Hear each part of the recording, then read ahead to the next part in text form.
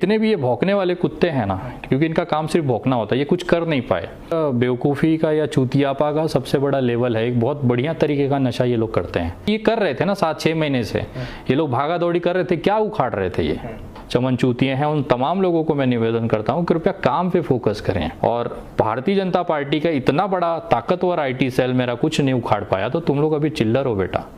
तो अपने औकात में रहो और जहाँ खेल सकते हो, जहाँ खेलना है वहाँ जाके खेलो। विनय दुबे से मत उलझो। वो विनय दुबे का नाम लेके वीडियो ना बनाए तो कुत्ता ना पूछे उनको। इसके अंदर 22 मुकदमे दर्ज हैं, उसकी तारीखों पे जाता हूँ। कहीं भड़काऊ भाषण देने का केस दर्ज है, कहीं पे दंगा फैलाने का केस है। बांद्रा भी आपके सामने रहा है। भारतीय जनता पार्टी को मैं तेल लगा लगा के लेता हूँ और वो कोई मौका नहीं छोड़ता कि विनय दुबे को जहाँ पिला के वहाँ लात मारना है। इस समय तो सबसे ज़्यादा जो मेहनत हो रही है वो बीजेपी खुद कर रही है कि विनय जी भारतीय जनता पार्टी ज्वाइन कर ले। तो उनको तमाम लोगों को हर बार वो आते हैं, मैं उनके मूत्रदान कर देता हूँ अपनी तरफ से। मुझे कहीं जाना है तो मेरी मर्जी है, मैं किसी बाप का नौकर नहीं हूँ, ना किसी के लिए काम करता हूँ, ना किसी का मैं दलाल हूँ, ना किसी के मुझे ज़रूरत है ये सब सारी चीज़ें करने के लिए। बोले ना ब्राह्मण समाज, यही ब्राह्मण समाज उत्तर प्रदेश का गालियाँ देता था विनय दुबे को कि साले तू ब्राह्मण नहीं है, मुस्लिम की औलाद है, मुस्लिम का बीज है। दोस्तों अगर आप यह वीडियो हमारे फेसबुक पेज पर देख रहे हैं तो हमारे फेसबुक पेज को यहाँ क्लिक करके फॉलो करें और साथ में इस बेल आइकन पर भी क्लिक करें।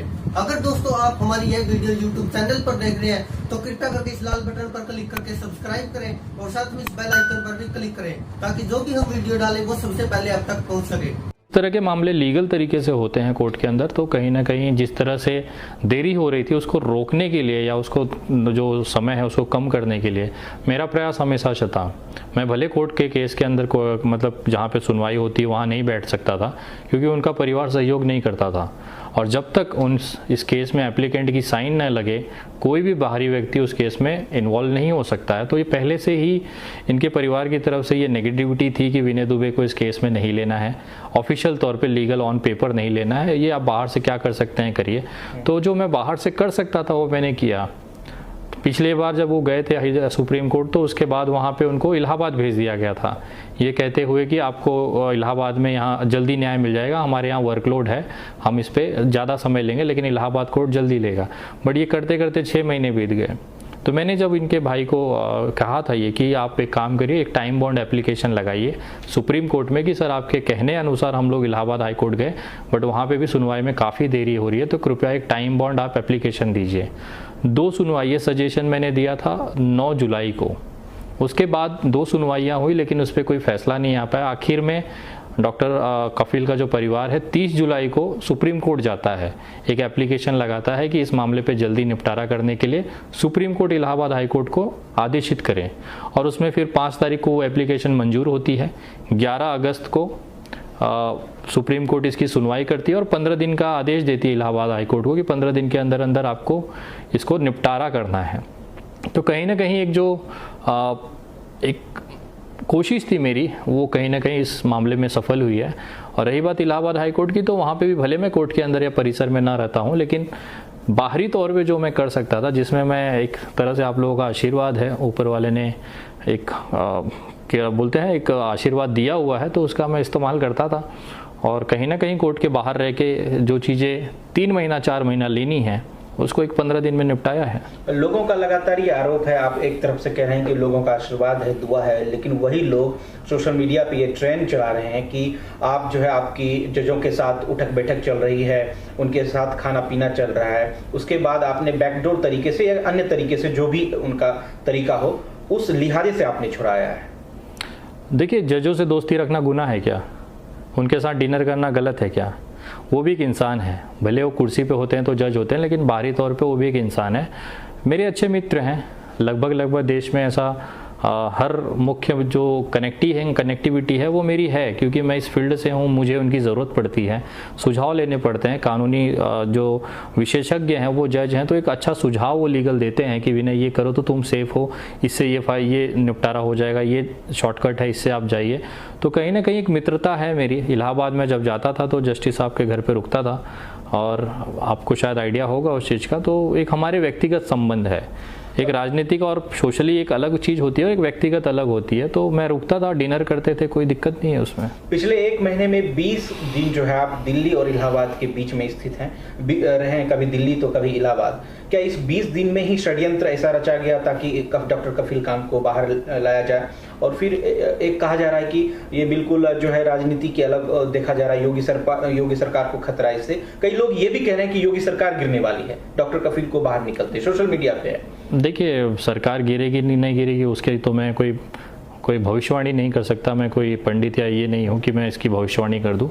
रही बात, मैंने जो उद्देश्य उठाया था, मैंने जो संकल्प लिया था डॉक्टर कफील खान को आज़ाद कराने के लिए, तो पिछले एक महीने से जब मुझे लगा कि इनका परिवार कोऑपरेट नहीं कर रहा है, तो मुझे लगा कि मेरे को कहीं ना कहीं साम दाम दंड भेद सारी चीज़ें इस्तेमाल करनी पड़ेगी। क्योंकि जब परिवार साथ में नहीं, लेकिन लोग मुझसे अपेक्षा लगाए हुए थे कि विनय जी ने केस लिया, इलाहाबाद जा रहे हैं, दिल्ली जा रहे हैं, तो रिजल्ट कहाँ है? तो कहीं ना कहीं मेरी एक जो सम्मान था वो दाव पे लगी हुई थी।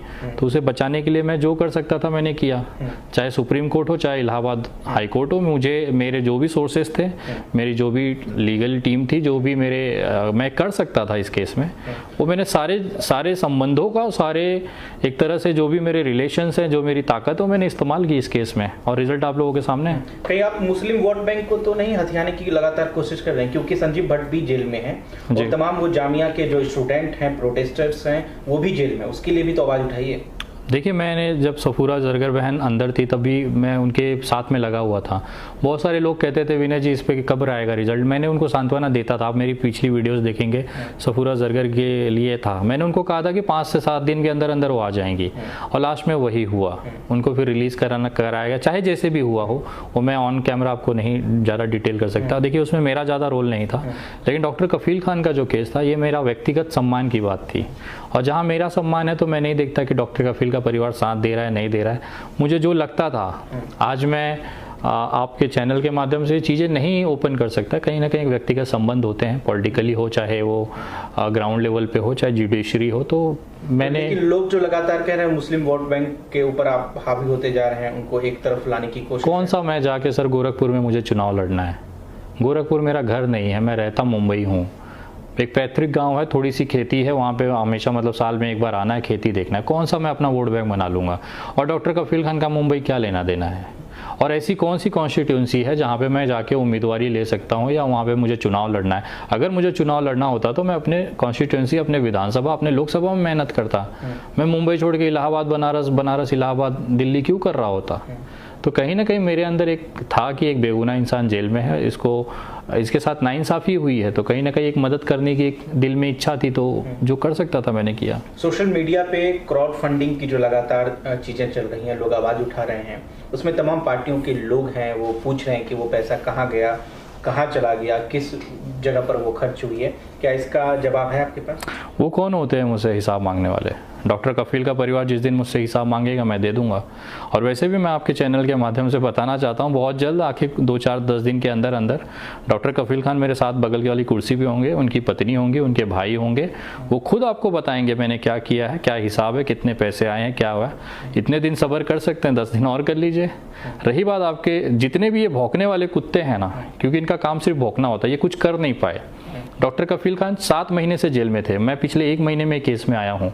इससे पहले उन्होंने क्या उखाड़ लिया? इतने दमदार होते हैं जिस तरह से ये पूछते हैं लोगों को कि आप ये बताओ वो बताओ, उन्होंने क्या कर लिया? आज तक नहीं कर पाए ना। मैं आया, मैंने प्रूव किया अपने आप को, और अगले कुछ दिनों के अंदर अंदर डॉक्टर कफील खान आपसे खुद बात करेंगे। आपके वो वीडियो सोशल मीडिया पे जाएगी, आप खुद उसके गवाह होंगे, दुनिया को पता चलेगा मैंने क्या किया है। लोग ये सवाल उठा रहे हैं कि आप एक प्लांटेड हैं, जिस तरह से चंद्रशेखर रावण जो है, हालांकि इस बात का जो है खुलासा नहीं हो पाया है, मेरे पास कोई तथ्य नहीं है, लेकिन मुस्लिम समुदाय के लोग, तमाम जो फेसबुक पर यूजर्स हैं, वो लगातार लिख रहे हैं कि एक प्लांटेड चीज है ये। विनय दुबे का अचानक एंट्री लेना, फिर डॉक्टर कफील का बाहर निकलना, एक सांत्वना हासिल करना, और फिर बड़े नेता बनने की तैयारी में है। इसको आप कहाँ तक ये यकीन मानते हैं इस चीज? ये जो है ना, एक बेवकूफ़ी का या चूतियापा का सबसे बड़ा लेवल है। एक बहुत बढ़िया तरीके का नशा ये लोग करते हैं। मैं आज से नहीं हूँ इस फील्ड में। मैं करीबन 3 साल से मुंबई के अंदर अपना दायरा सीमित करके काम करता था। जब देश के अंदर मुसलमानों पे आपत्ति आई, जब उनके ऊपर दिक्कतें चालू हुई सीए, एनआरसी, एनपीआर के माध्यम से, तो मुझे लगा उन मेरे भाइयों के साथ में खड़े रहना चाहिए। मैं घर बैठ सकता था ना। आज जो मुझ पर आरोप लगाते हैं कि मैं अचानक से आ गया हूँ, तो मैं पूरे देश के मैंने शाहीन बागों में जाके सभाएं की हैं, पूरे देश में अपने मुसलमान भाइयों के साथ जाके उनको हिम्मत दी है कि मैं तुम्हारे साथ खड़ा हूँ। तब ये लोग कहाँ थे?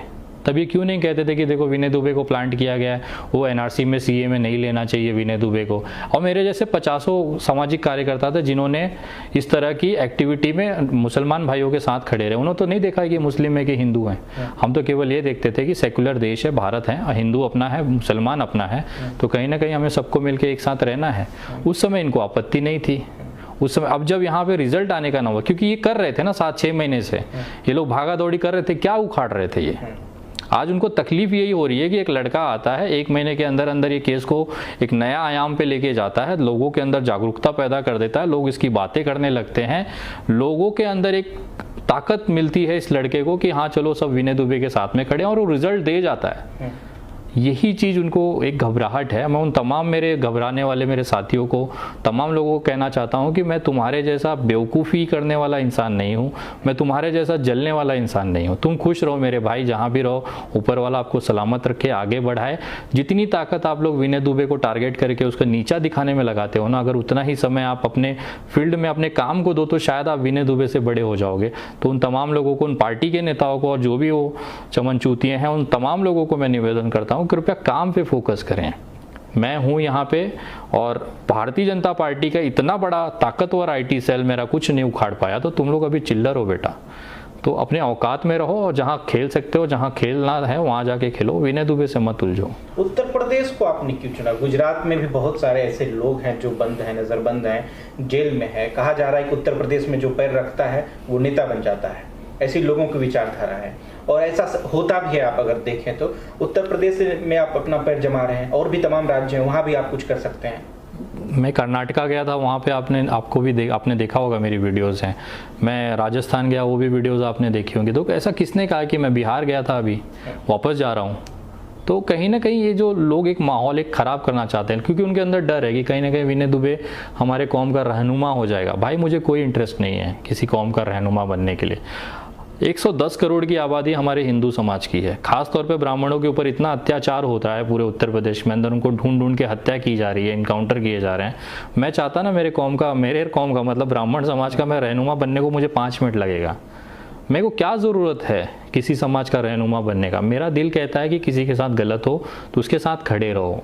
मेरा बस इतना सा ही काम है, और वो चाहे हिंदू हो चाहे मुस्लिम हो, ये मैंने कभी नहीं देखा है। तो एक माहौल ख़राब करने की है, क्योंकि वो कुछ कर नहीं पा रहे हैं ना, वो अपने काम को एक परफॉर्मेंस दिखा नहीं पा रहे हैं।